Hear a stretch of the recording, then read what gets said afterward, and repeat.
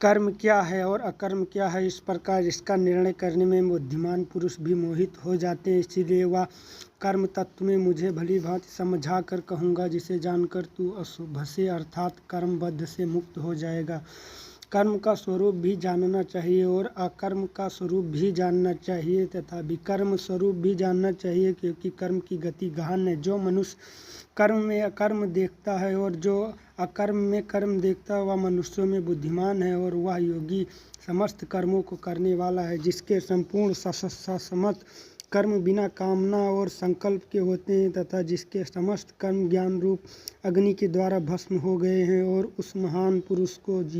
ज्ञानी जन भी पंडित कहते हैं। जो पुरुष समस्त कर्मों में और उनके फलों में आसक्ति सर्वथा त्याग करके संसार के आश्रय रहित हो गया है और परमात्मा नित्य तृप्त है, वह कर्मों में भली भांति बरतता है, वास्तव में कुछ भी नहीं करता। जिसका अंत कारण और इंद्रियों के सहित शरीर जीता हुआ है, उसे और उसने समस्त भोगों को सामग्री परित्याग कर दिया है, ऐसे आशारहित पुरुष केवल शरीर संबंधी कर्म करता हुआ भी पापों को नहीं प्राप्त होता। जो बिना इच्छा के अपने आप प्राप्त हुए पदार्थों में सदा संतुष्ट रहता है, जिसमें ईर्ष्या का सर्वप्रथम अभाव हो गया हो, जो हर्ष शोक आदि दंतों से सर्वथा अतीत हो गया है, ऐसा सिद्धि और असिद्धि में सम रहने वाला कर्मयोगी कर्म करता हुआ भी उनसे नहीं बंधता। जिसका अस्तित्व सर्वथा नष्ट हो गई हो,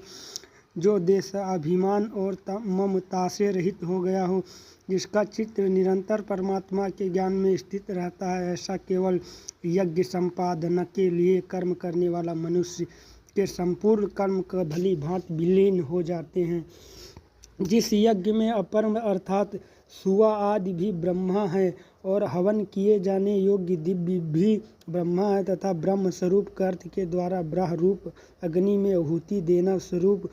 क्रिया भी ब्रह्मा है, उस पराक्रम में स्थित रहने वाला योगी द्वारा प्राप्त किए जाने वाला योग्य फल दूसरों योगी देवताओं को पूज्य योग्य ही भली भांति अनुष्ठान किया करते हैं। और अन्य योगी जन ब्रह्म परमात्मा अग्नि में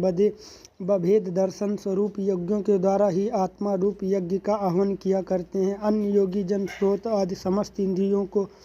संयम रूप अग्नियों में हवन किया करते हैं और दूसरे योगी लोग शब्दादि समस्त विषयों इंद्रियों अग्नियों हवन किया करते हैं। दूसरे योगी इंद्रियों को संपूर्ण क्रियाओं और प्राणों की समस्त क्रियाओं को ज्ञान से प्रकाशित आत्म संयम योग रूप से अग्निमित हवन किया करते हैं। कई पुरुष दंभी संबंधी यज्ञ करने वाले हैं, कितने ही तपस्या यज्ञ करने वाले हों तथा कितने भी योग रूप यज्ञ करने वाले हों और कितने ही अहिंसावादी तीर्थ व्रतों से युक्त त्रासशील पुरुष स्वाध्यारूप ज्ञान यज्ञ करने वाले हैं। दूसरे कितने ही योगी जन अपान वायु में प्राण वायु को हवन करते हैं, वैसे ही अन्य योगी जन प्राण वायु में अपान युकों को हवन करते हैं तथा अन्य युगों में लोग हवन करते हैं। कितने ही नियमित आहार करने वाले प्राणायाम पुरुष प्राण और अपना की गति को रोककर प्राणों को प्राणों में हवन किया करते हैं। ये सभी संबंध योगी द्वारा जन्म और कर्म दिव्य अर्थात निर्मल और अलौकिक हैं। इस प्रकार जो मनुष्य तत्व से जान लेता है, वह शरीर को त्याग कर फिर जन्म को प्राप्त नहीं होता, किंतु मुझ में ही प्राप्त हो जाता है। पहले भी जिनके राग भय और क्रोध सर्वथा नष्ट हो गए थे और जो मनुष्य अनन्य प्रेम पूर्वक स्थित रहते थे, ऐसे मेरे आश्रित रहने वाले बहुत से भक्त उपयुक्त ज्ञान रूप से तप से पवित्र होकर मेरे स्वरूप प्राप्त हो चुके हैं। जो भक्त मुझे जिस प्रकार भजते हैं, मैं भी उनको उसी प्रकार भजता हूँ, क्योंकि सभी